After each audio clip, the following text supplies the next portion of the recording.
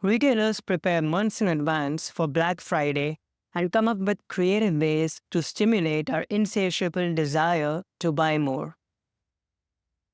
NRF President and CEO Matthew Shea says consumers today want more than just discounts. They want exclusive offerings and a good reason to spend their discretionary budget. He further adds, we could witness a sea of change this holiday season as consumers' reliance on extremely deep discounts over the biggest shopping weekend of the year shifts to more of a wait-and-see mentality around what retailers will be offering on Thanksgiving Day and Black Friday.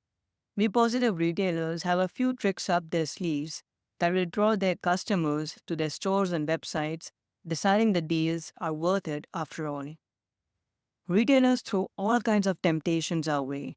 Doorbuster sales, one day only, unmissable offers, now or never, early bird specials, get the best deal, last chance, act now, shop at half price, while supplies last.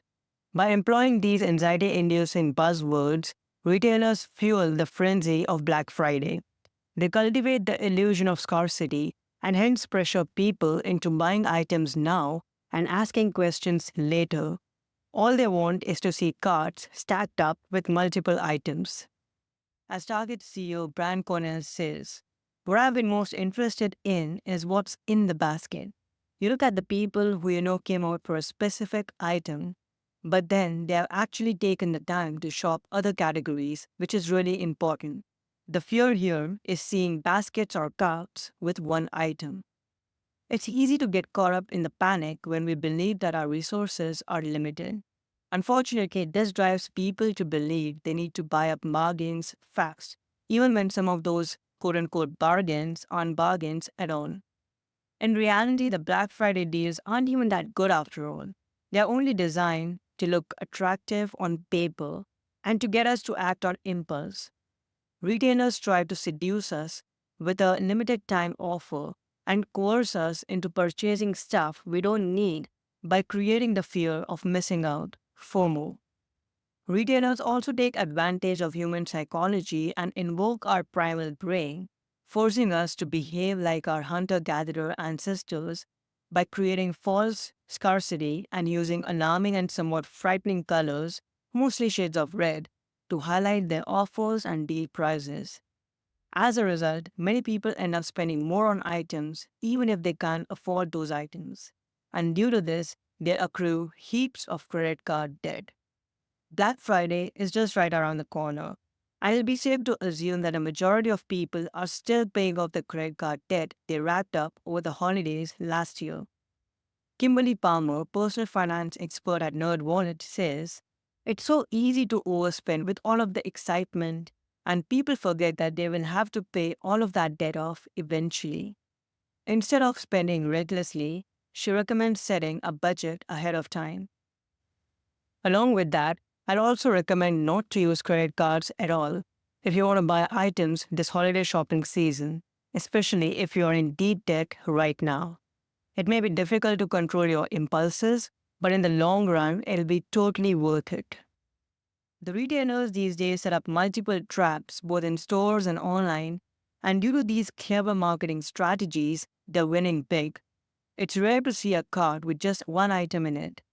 The giant corporations are doing all they can to keep us buying more, and as consumers, it gets really hard for us to not submit to these appealing offers. This has led to manic over-consumerism in our current culture today that is now known as the target effect, which is defined as the result of going into a store, intending to buy a few things and leaving with much more. On Black Friday, retailers create the illusion that you're getting an enormous discount by reducing a product's price by some significant percentage. But in truth, the quote-unquote sale price is often what they intended to sell the product for in the first place. Marketers invade newspapers, TV, magazines, radio, billboards, you name it. It's hard to escape advertisements and special offers, whether you're out on the street or online, the latter being full of marketing landmines these days. In spite of these devious practices employed by the retailers, unfortunately most people actually don't care. In fact, they want more of it. It's sad, but on Black Friday, we all consume gluttonously, without regard for the damage we are inflicting on ourselves and our finances. We let our greedy selves loose, and we run around buying things in order to satisfy the insatiable hunger within us, and to try to fill the void within us that can't be filled by stuff. It's a shame that shopping has become such a major pastime among us. As Joshua Fields Milburn and Ryan Nicodemus write in their blog, theminimalists.com, shopping. This one word, although birthed from great intentions, has fundamentally changed our outlook from blissful to grim, from jolly to anxious, from celebrating Christmas to surviving the holidays. It's upsetting, and with consumption's vicious inertia, it seems there's no way for us to exit the speeding train of consumerism.